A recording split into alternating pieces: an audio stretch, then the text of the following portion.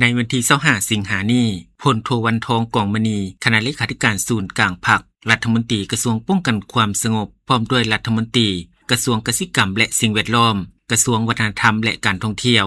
กระทรวงสาธารณสุขได้ลงติดตามเครื่องของกลางคดีลักลอบซื้อขายซากสัตว์ป่าและสิ้นส่วนสัตว์ป่าที่ห่วงห้าม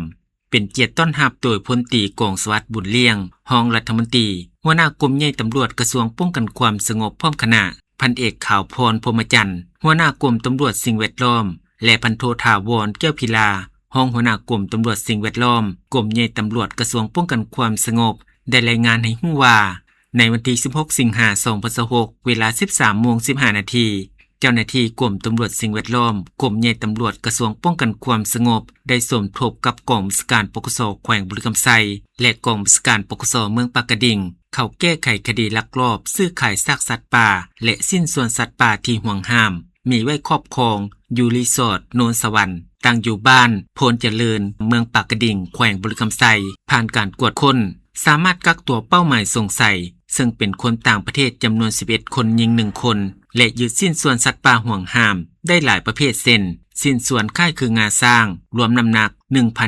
1,755.6 กิโลกรัมซากสัตว์ค่ายคือเสือดำ2ตัวจำนวน 45.5 กิโลกรัมและอื่นๆอีกหลายรายการพร้อมด้วยพาหนะรถใหญ่2คันการกระทำดังกล่าวแม่นละเมิดต่อกฎหมายว่าด้วยสัตว์นำและสัตว์ป่ามาตรา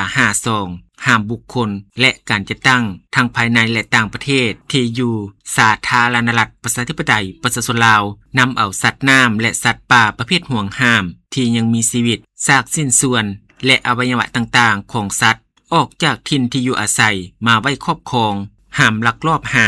ล่าซื้อขายและมีไว้ครอบครองสัตว์น้ำและสัตว์ป่าโดยบ่ได้รับอนุญาตและยังผิดต่อประมวลกฎหมายอาญามาตรา